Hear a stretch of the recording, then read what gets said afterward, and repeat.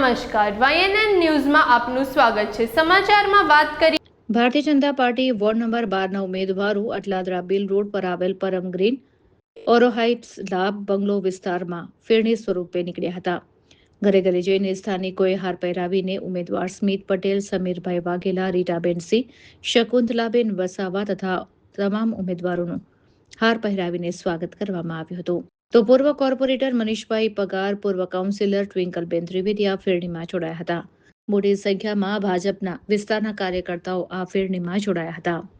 Reporter Rahul Rajput, Vadodara.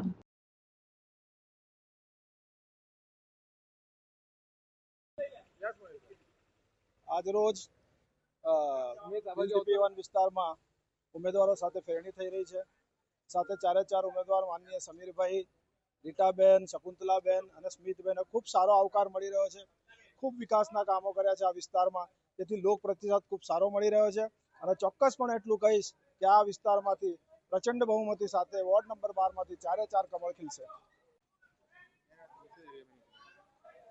आज ward number 12 bill विस्तार में पूरी एरिया जो बिल अभी अपना वो विस्तार में आया है 5-7 वर्ष से, और पूर्व कारपोरेटर ट्विंकलबेन, मनीष भाई और चारों उम्मीदवार के साथ में हम लोग आज ट्रेनिंग करने निकले हैं।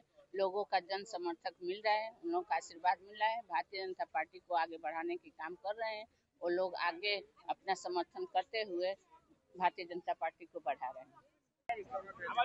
આજે વોર્ડ 12માં અમે બિલ વિસ્તારની સોસાયટીઓ છે ત્યાં અમે જનસંપર્ક કરી રહ્યા છે।